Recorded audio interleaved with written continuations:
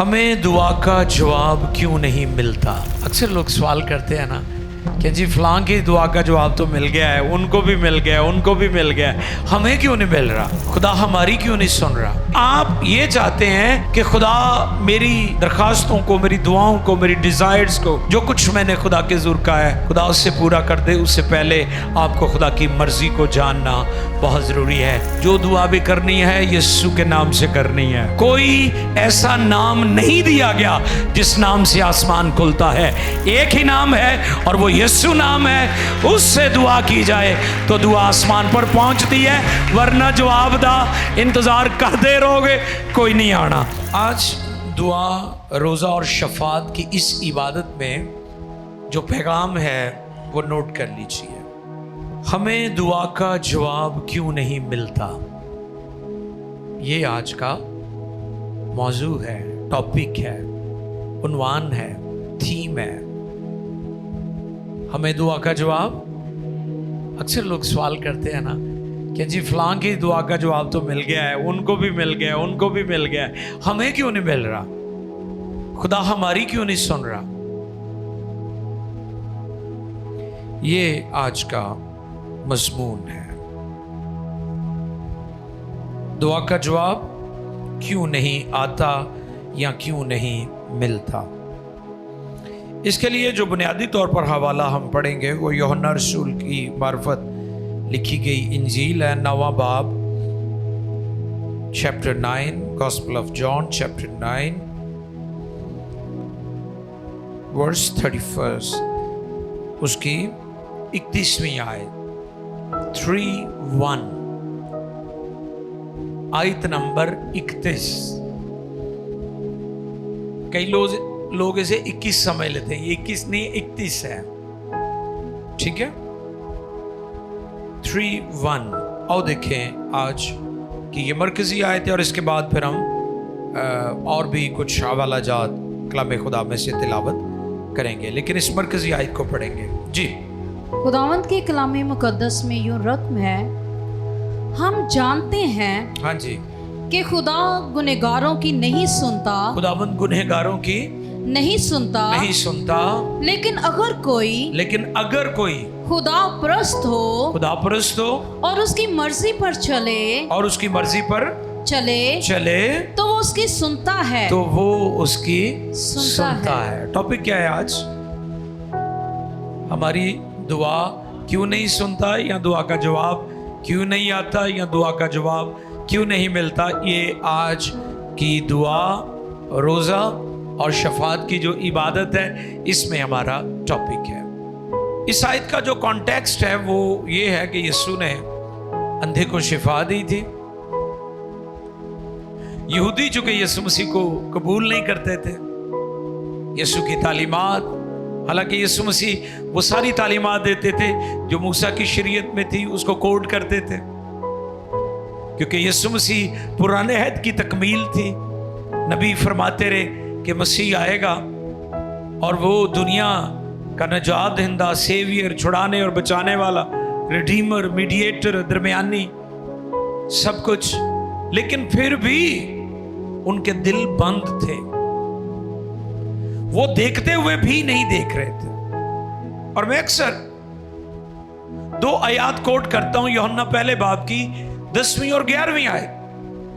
10वीं आयत में लिखे है, वो दुनिया में था और दुनिया उसके वसीला से पैदा हुई और दुनिया ने उसे कबूल। फिर 11वीं आयत में लिखा है, वो अपनों में आया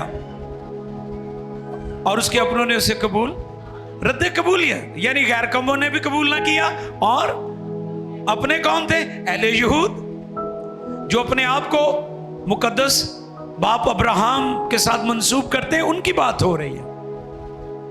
और जितने भी अदियान जो अपने आप को मुकद्दस अजीम हस्ती बुजुर्ग बाप अब्राहम के साथ मंसूब करते हैं, उनकी बात हो रही है कि वो अपनों में आया और उसके अपनों ने इसे कबूल ना किया।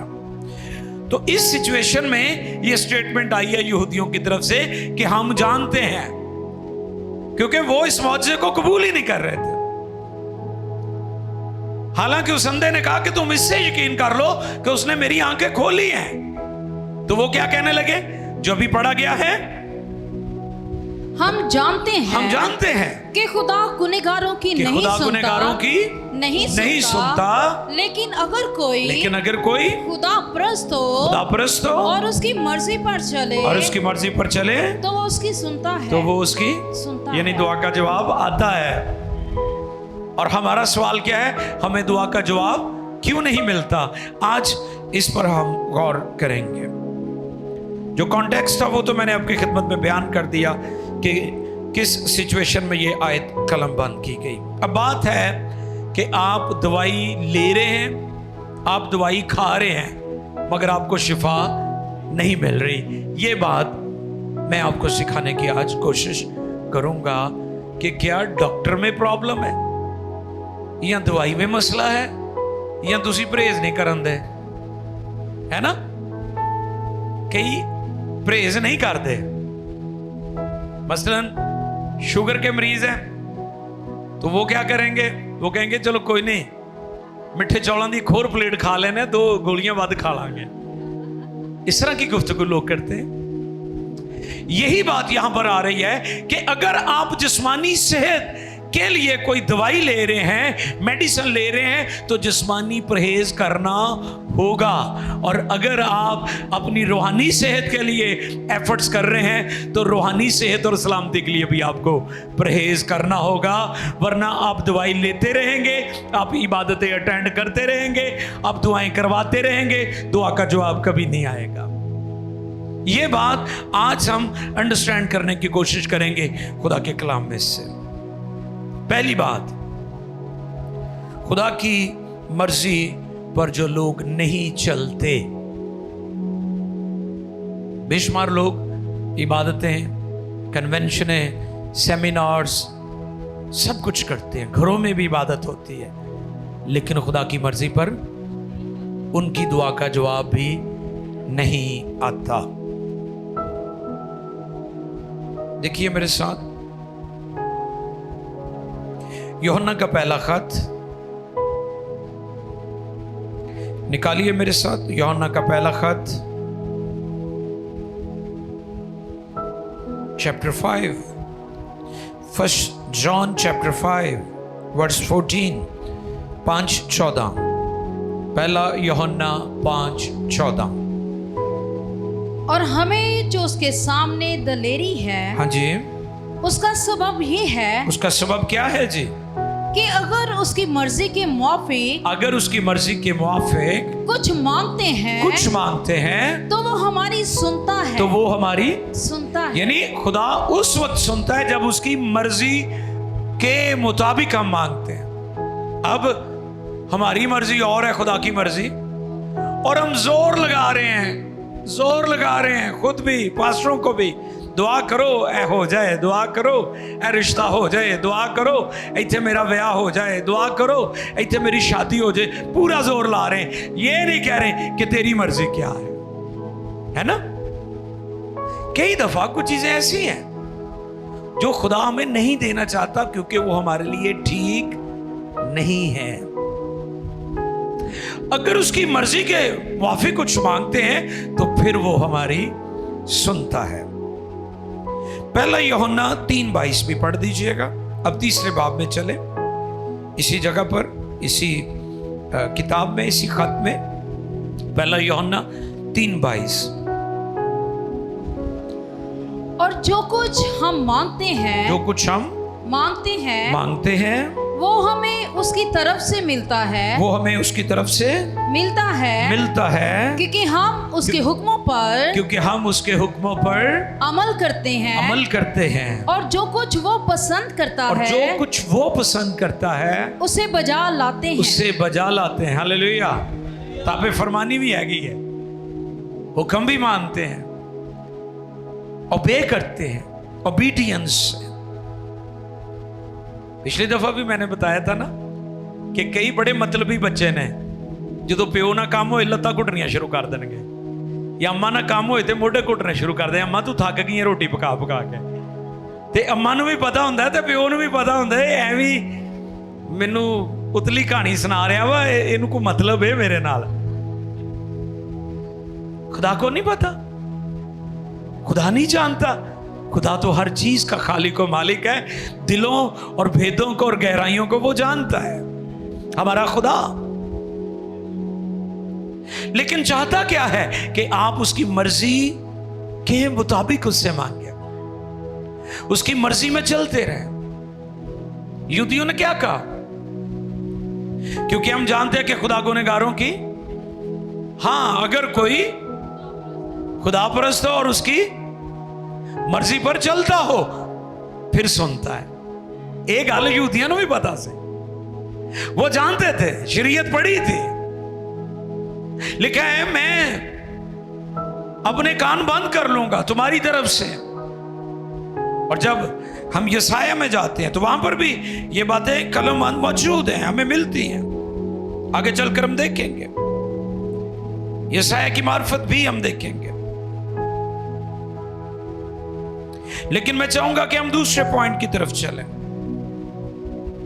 पहला पॉइंट क्या है? अगर हम उसकी मर्जी के मुताबिक चलते तो फिर हम खुदा से भी तवक्को, बच्चियां नु तुसीं कह ही दिंदे हो ना, तू कड़ी मेरी मानना वा जेड़ा मैं तेरी मान लवा। मैं अक्सर कहता हूं कि जितनी जल्दी आप कलाम को रिस्पॉन्ड करेंगे, खुदा आपकी दुआओं को रिस्पॉन्ड करेगा। जितना डिले आपकी तरफ से होगा, जितना डिले आप करेंगे, उतना डिले आपकी दुआओं के जवाब में होगा।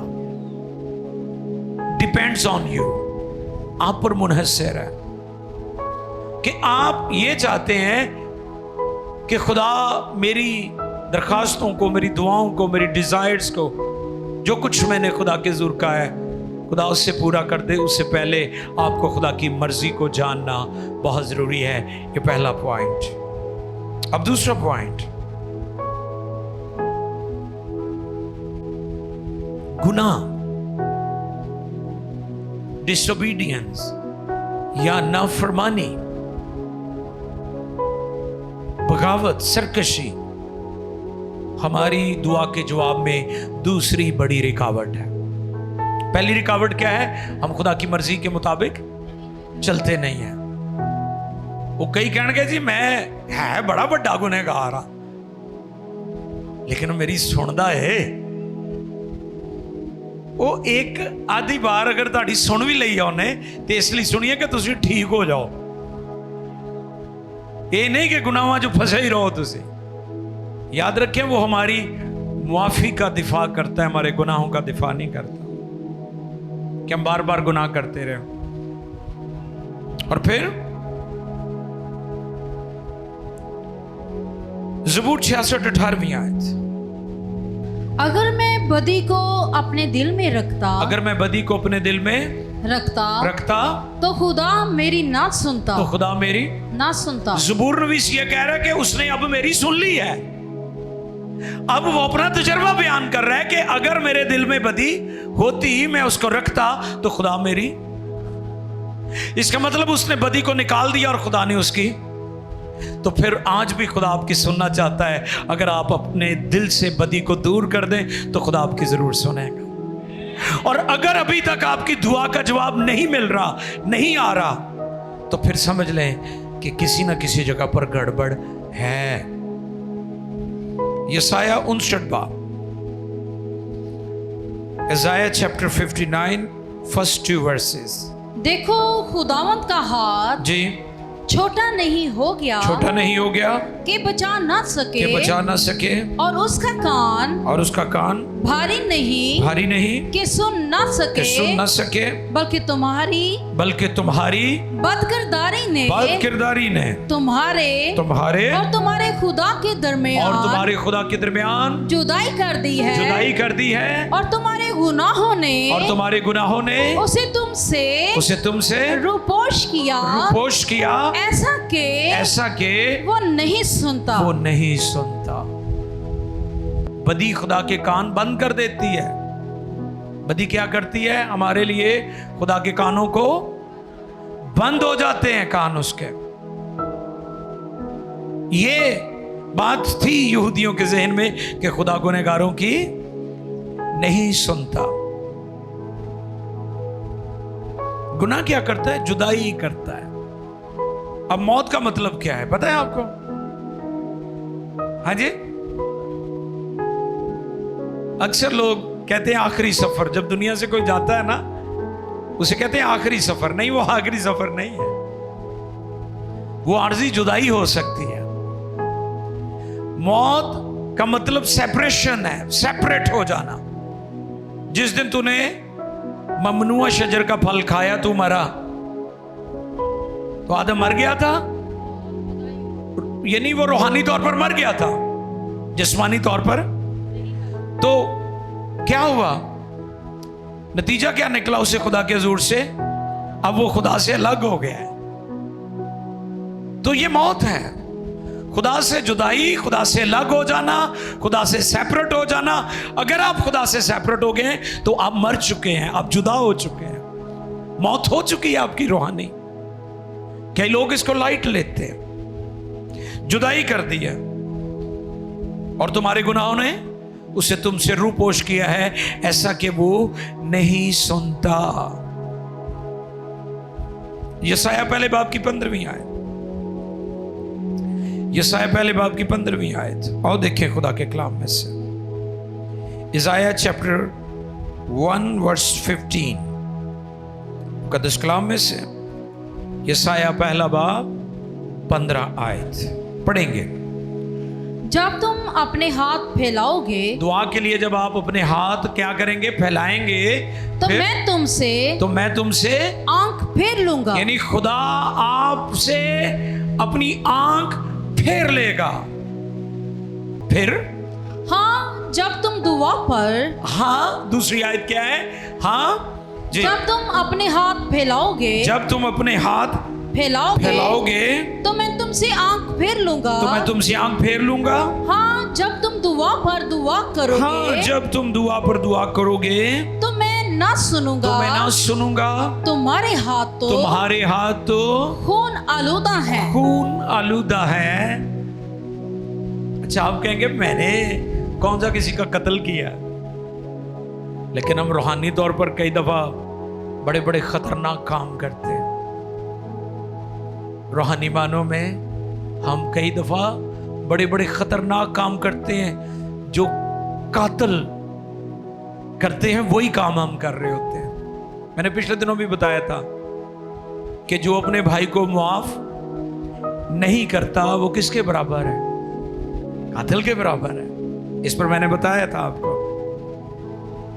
तो आज हम क्या करते हैं, हम जिंदगी में बेशुमार लोगों के लिए ग्रज और बदले की रूह में जलते रहते हैं, और हम कहते हैं हमारी दुआओं का जवाब नहीं आ रहा। हम कहते हैं दूसरों के काम बन गए, हमारे काम नहीं बन रहे। साढ़े लिए पत्नी की खुदा लो, खुदा दी की मर्जी है, खुदा की चाहता है। खुदा ये चाहता है कि आप उसके कलाम को सुने, उसकी मर्जी को जाने और उसकी मर्जी पर चलते रहें। खुदा ये चाहता है, फिर आपकी दुआओं का जवाब आएगा। आमीन। अगली बात, तीसरा पॉइंट, दुआ का जवाब क्यों नहीं आता? क्योंकि हम शक करने वाले हैं। शक्की दो दिला होता है। क्या होता है? दो दिला होता है, और दो दिला बेईमान होता है।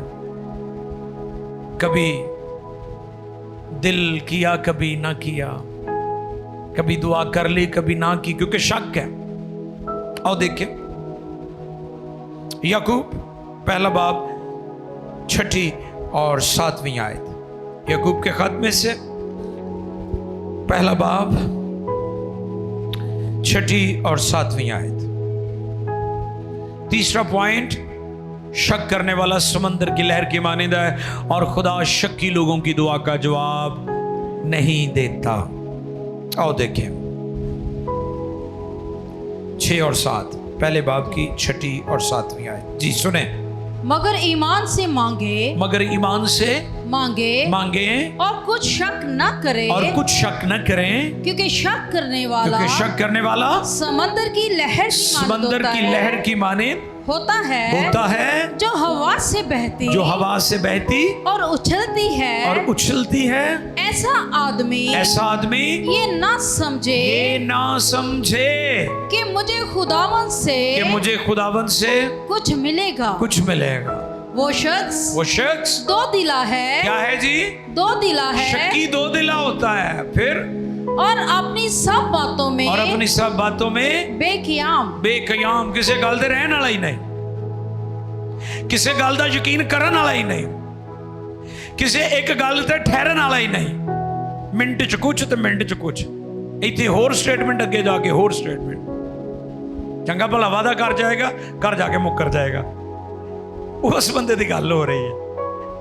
कई लोगों की जज्बाती बातें, जज्बाती फैसले। तो ऐसा शख्स क्या है जी? शक करने वाला है, दो दिला है। दो दिला जो होता है वो बेईमान भी होता है, यानी दुआ भी और शक भी, दोनों काम नाल नाल ने। कौन कौन से? दुआ भी और शक भी।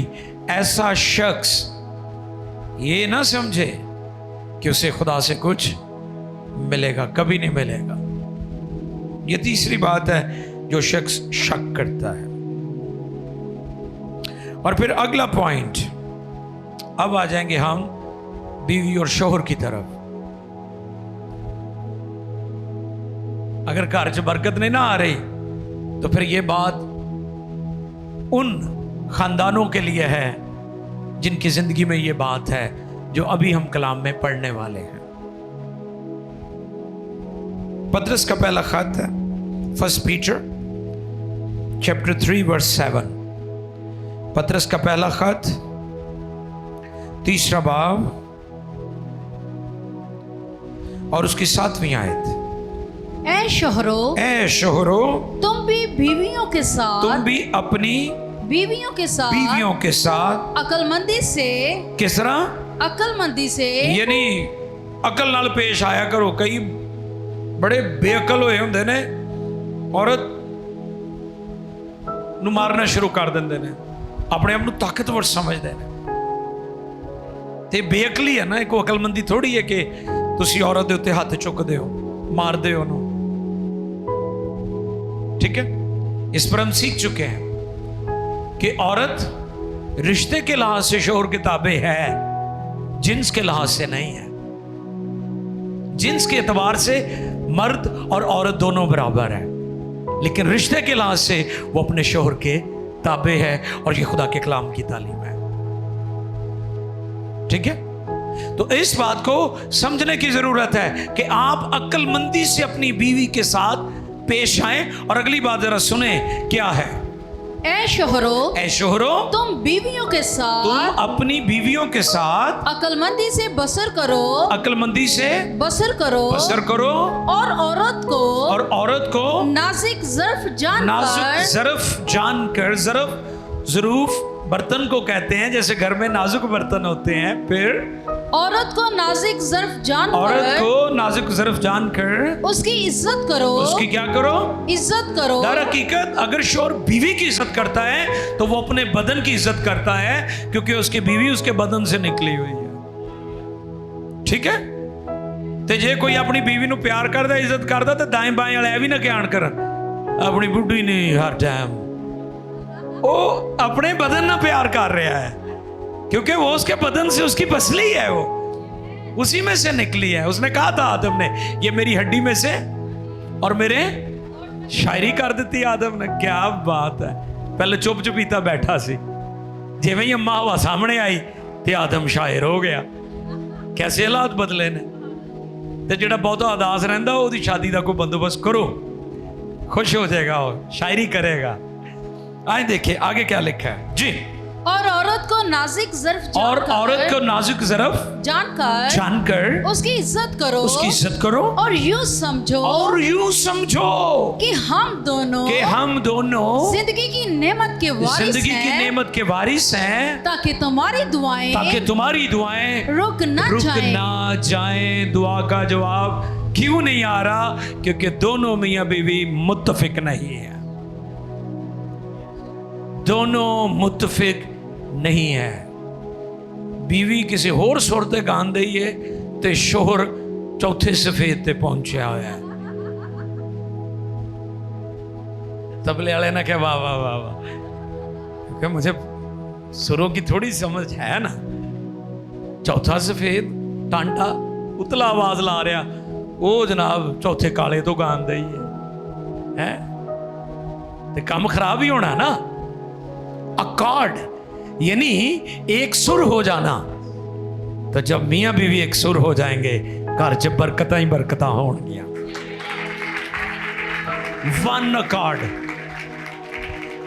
वन अकॉर्ड, एक सुर, एक लय, एक सुर में जब दोनों होंगे, शोहर कहे कि यस, बीवी कहे यस, ये नहीं हो कहे तू कड़ा मैंने पूछे आसे।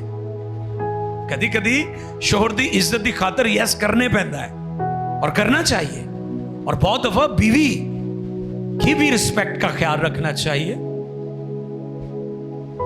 ताकि आप का खानदान तबाह ना हो। अब लोग क्या करते हैं, हम दूसरे रिश्तों को ठीक करते करते जो सारी जिंदगी और लॉन्ग टर्म हमारा रिश्ता है यानी बीवी और शौहर का, हम उसको रिस्क पे डाल देते हैं। तो मैं ये पैगाम देना चाहता हूं कि अगर आपकी दुआएं रुकी हुई हैं तो सबब ये भी हो सकता है कि बीवी और शौहर एक नहीं है, यूनिटी नहीं है, अंडरस्टैंडिंग नहीं है, अकॉर्ड नहीं है, मुत्तफिक नहीं है। आप हो जाएं, मुत्तफिक हो जाएं, एक हमांगी आ जाए, यूनिटी आ जाए, एक सोच हो जाएगी। आप अपने घर में देखिएगा चीजें बेहतर होना शुरू हो जाएंगे, बच्चे बेहतर होना शुरू हो जाएंगे, घर के माली हालात ठीक हो जाएंगे। जो चीजें कभी नहीं मिली आपको, बड़ी बड़ी चीजें, महंगी चीजें, वो भी मिलेंगी। क्योंकि अगर आप बीवी या शोहर मिलकर दुआ नहीं करेंगे, एक सुर नहीं होंगे, तो फिर आपकी दुआएं जो हैं वो कभी भी खुदा के हुज़ूर सुनी नहीं जाएंगी और खुदा उनका जवाब कभी नहीं देगा।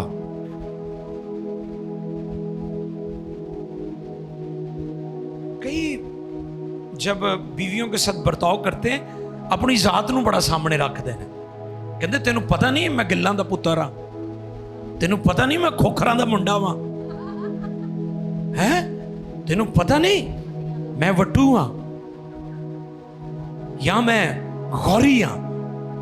सुनो सुनो जातां वाले हो, सुनो, उसने हमें जाते इलाही में शरीक किया, लेकिन उससे पहले क्या किया, वो जाते इंसान में जाहिर हो गया।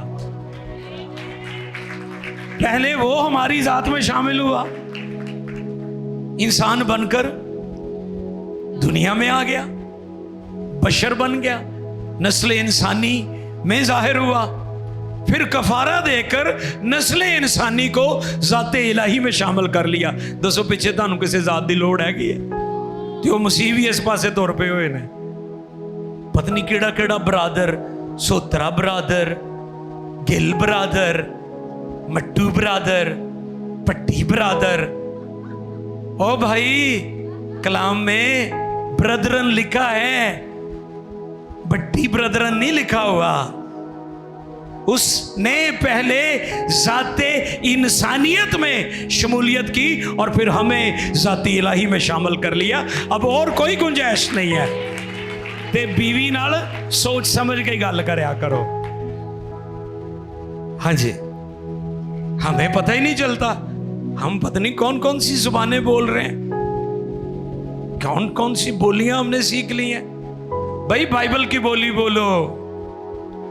उस लौंडी ने कहा तू भी यीशु के साथ है। जब पतरस मुकर गया तो उसने कहा तेरी बोली उसके जैसी है। जे तुसी मसीही हो तो ताड़ी बोली भी मसीहा वाली होनी चाहिए, ताड़ी बोली या दूसरी नहीं होनी चाहिए जिहड़ी तुसी बोलन दे हो। मैं फलां दा मुंडा वां ते मैं फलां दा मुंडा वां ते असीं फलां हुंदे आं ते असीं फलां हुंदे आं। इसलिए ये जात पात से निकलो बाहर, ये इंजील की तालीम नहीं है।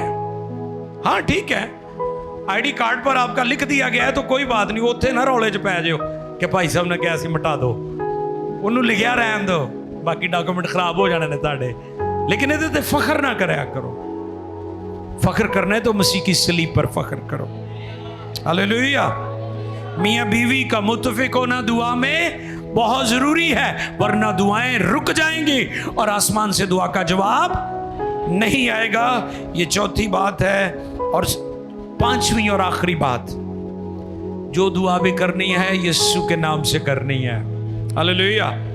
इस पर हमने सीखा था आसमान का पासवर्ड यीशु। यहां पर एक और सवाल, क्या हमें बाइबल के बाकी मुकद्दसीन के नाम से दुआ करनी चाहिए? तो इसका जवाब बहुत सादा है, बड़ा सिंपल है, बड़ा वाज़ेह है, नो नो। पैदाइश की किताब से लेकर मुकाशफा की किताब तक कोई ऐसा नाम नहीं दिया गया जिस नाम से आसमान खुलता है। एक ही नाम है और वो यीशु नाम है। उससे दुआ की जाए तो दुआ आसमान पर पहुंचती है, वरना जवाब दा इंतजार करते रहोगे, कोई नहीं आना। आओ देखें जरा यूहन्ना 16 23 और 24। यूहन्ना की मार्फत लिखी गई इंजील 16वां बाब 23वीं और 24वीं। The gospel of John chapter 16 verse 23 and 24। ये 2 वर्सेस हम पढ़ेंगे। आओ देखें। अब तक उस दिन तुमसे कुछ ना पूछोगे जी, मैं तुमसे सच कहता हूँ। यीशु मसीह कह रहे हैं मैं तुमसे सच कहता हूँ, यस, अगर बाप से कुछ मांगोगे, अगर बाप से कुछ मांगोगे तो वो मेरे नाम से, रुक जाए यहाँ पर, किसके नाम से? मेरे नाम से। आप से कोई ये कहे या आप किसी से पूछे कि क्या बाइबल मुकद्दस ओल्ड टेस्टमेंट या न्यू टेस्टमेंट के अंदर बहुत सारी अजीम और मुकद्दस हस्तियां मौजूद हैं, क्या हमें उनके नाम से खुदा से दुआ करनी चाहिए? तो इसका बहुत सादा सा जवाब है जी नहीं। एक ही नाम है जिससे आप दुआ कर सकते हैं और वो यीशु नाम है। आमीन। आओ सुने आगे क्या लिखा है। मैं तुमसे सच कहता हूँ, मैं तुमसे सच कहता हूँ, अगर बाप से कुछ मांगोगे तो वो मेरे नाम से, यीशु कह रहे हैं वो मेरे नाम से तुमको देगा। अब तक तुमने मेरे नाम से कुछ नहीं मांगा। मांगोगे तो पाओगे, ताकि तुम्हारी खुशी पूरी हो जाए। किसके नाम से मांगना है? आसमान की चाबी कौन है? आसमान की चाबी कोई पास्टर भी नहीं है। मैं यहां पर कुछ बिद्दात आ चुकी हैं हमारी क्रिश्चियनिटी में। मैं पिछले दिनों भी देख रहा था कि लोग किसी खादम के हाथ चूम रहे थे। यह बिद्दत है। ज़बूर 2 में लिखा है बेटे को चूमो। हालेलुया। ये शख्सियत परस्ती है कि आप किसी के हाथ चूमन दे हो। ये बाइसे शर्म भी है, क्योंकि मसीहत में शख्सियत परस्ती की कोई गुंजाइश नहीं है। तो मैं आज आपको खबरदार करना चाहता हूं, चूमना है तो खुदा के बेटे यीशु को चूमो। ज़बूर 2 पढ़ दें, अगर इसको पढ़ दिया जाए। ज़बूर 2 18वीं आयत है मेरा ख्याल, देखिएगा जरा। ज़बूर नंबर 2 साम 2। ए जड़े हाथ चूमन वाले ने उन्होंने सुना हुआ है ज़बूर 12वीं आयत, सॉरी 18वीं नहीं 12वीं आयत जी। पढ़े। बेटे को चूमो। किसको चूमो? बेटे को चूमो। ते इसलिए ये जड़े दुआ करान जाते हो ना, तुम जिथे भी प्लीज उन्होंने हाथ ना चूमो। ए कलाम ते गौर करो, क्या लिखा है यहाँ पर? बेटे को चूमो। ऐसा ना हो कि वो कहर में आए और तुम रास्ता में हलाक हो जाओ। ये ज़बूर नवीस नबूवत कर रहा है, पेशन गोई कर रहा है। बेटे को चूमो, ऐसा ना हो कि वो कहर में आए और तुम रास्ता में हलाक हो जाओ, क्योंकि उसका गज़ब जल्द भड़कने को है। मुबारक है वो सब सब जिनका तवक्कुल उस पर है। हालेलुया। सो प्लीज ऐसी बिदतों से बचें। मैंने पहले भी बताया था कि बड़ी अजीब बिदतें हैं। ये पेन मैंने मसा कर दिया है, इसको छुओगे तो करंट लग जाएगा। हमें ऐसा करंट नहीं चाहिए भाई। पागरू तो हमारे अंदर सुकूनत करता है। पागरू वाजे ते तबलियां ते थोड़ी ठहरता है, पागरू परस्तारों पर ठहरता है। हालेलुया। पागरू सोफों पर नहीं ठहरता, पागरू खादमों पर ठहरता है, ईमानदारों पर ठहरता है। तो इसलिए इस तरह की बिदतों से भी बचें जो हमारे इर्द गिर्द बहुत ज्यादा है। और अफसोस के साथ कहना पड़ता है कि आज लोग सच्ची तालीम सुनने के लिए तैयार ही नहीं है। वो राह फरार ढूंढते हैं और चिकनी चौपड़ी तालीमात सुनना चाहते हैं। अमाल 19वां बाब 13वीं आयत। ये मैं और कुछ ऐड करना चाहता हूं यहां पर इस पैगाम में, वो भी जरा गौर तलब है। अमाल 19:13। मगर बाज यहूदियों ने जो झाड़ फूंक करते फिरते थे। अच्छा, यहूदी की करते सन झाड़। हाँ, ओले च ढाइया रखा होया है, काला इलम रखा होया। केड़ा इलम? काला इलम। कई कहणगे मसीही काला इलम करते। भोले बादशाह, मसीही तो दुआ करते और कोई इलम ठहर ही नहीं सकता। आप कहां पर खड़े हैं? ये यहूदी क्या करते थे? यानी फूका शूका वाले सन। और हरकत अगे वेखो कि उन्होंने शुरू की थी। जी सुने। मगर बाज यहूदियों ने जो झाड़ फूंक करते फिरते थे, ये इख्तियार किया कि जिनमें बुरी रूहें हो उन पर खुदावंद यीशु का नाम लो। ऐ भी काम शुरू कर लिया उन्होंने। यानी उन्होंने अपनी कार्रवाई भी रखी, झाड़ फूंक ते वेख्या कि यीशु दे नाम जो तो कुदरत ही बड़ी है।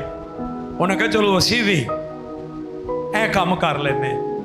मैं पिछले दिनों भी सोशल मीडिया पर देख रहा था, एक खातून थी शायद, उसने बाकी भी बहुत सारे बुजुर्ग थे, हम अदब करते हैं सब बुजुर्गों का, बीच में यीशु की भी तस्वीर लगाई हुई। मसीह नहीं थी वो, ये मुझे पक्का पता है। मैं हैरान था कि इसने यीशु मसीह जो ज़ाते इलाही खुदा का ज़हूर है, उसको बाकी इन बुजुर्ग हस्तियों में शामिल किया हुआ है। यानी लोग हर तरफ घूम जाते हैं। सदके जावा यीशु मसीह तो ते वारी जावा भले शाह तो। ऐसे है ना, कई लोग सारे पास है। ये यहूदी भी इसी तरह कर रहे थे, झाड़ फूंक करने वाले थे। उन्होंने ये इख्तियार किया कि जिनमें बदरूहे हैं, जिनमें बुरी रूहें हो उन पर खुदावंद यीशु का नाम ये कहकर फूंकें कि जिस यीशु की पालूस मुनादी करता है, मैं तुमको उसी की कसम देता हूँ। और सिकवा यहूदी सरदार काहिन के 7 बेटे ऐसा किया करते थे। ये सरदार काहिन के बेटे थे और 7 पुत्र झाड़ फूंक करते थे। इख्तियार की कीता कि यीशु दे नां ते जाहिर ये कीता कि असी भी यीशु दे। तो लंबा हवाला है, नोट कर लें, घर में जाकर पढ़िएगा। 13 से 19 तक है। ते बदरूआं को जो गए ते बदरूआं ते बड़ियां चलाक ने हैं, बड़ियां हुशियार होंदियां ने। इबलीस ने बाइबल भी याद कीती हुई है, पता है तानू? तेरी बाबत ये लिखा है, फरमा ये पत्थर तेरी बाबत ये लिखा है। जबूर भी याद कीते हुए ने ते ये झाड़ फूंक वाले भी कर लेंदे ने। बदरूहों ने क्या हशर किया? कपड़े ही पाड़ देते। नंगे हो गए, शर्मिंदगी, रुसवाई, जिल्लत, ख्वारी। तो इसलिए जिन लोगों का शख्सी ताल्लुक होता है, जो खुदा की मर्जी पर चलते हैं, जो खुदा की मर्जी मालूम करते हैं, उनकी दुआएं सुनी जाती हैं और उनकी दुआओं का जवाब आता है। और अगर आप भी परेशान हैं और आप भी दुखी हैं और आप ये कहते हैं कि बाकियों की तो दुआएं सुनी जाती हैं लेकिन मेरी दुआ नहीं सुनी गई, मेरी दुआ का जवाब अब तक नहीं आया, तो मैं आपको आज ये पैगाम देता हूँ। ये 5 बातें नोट कर लें, ज़हन नशीन कर लें, पल्ले बांध लो। अगर ये बातें आपकी ज़िंदगी में दुरुस्त हो जाएं, ये पैगाम आपकी ज़िंदगी में इम्प्लीमेंट हो जाए, तो दुआओं का जवाब आना शुरू हो जाएगा। आंखें बंद कर लीजिए, हालेलुया। आंखें बंद कीजिए, सरों को झुकाइए, हाथ बुलंद करें और दुआ कीजिए।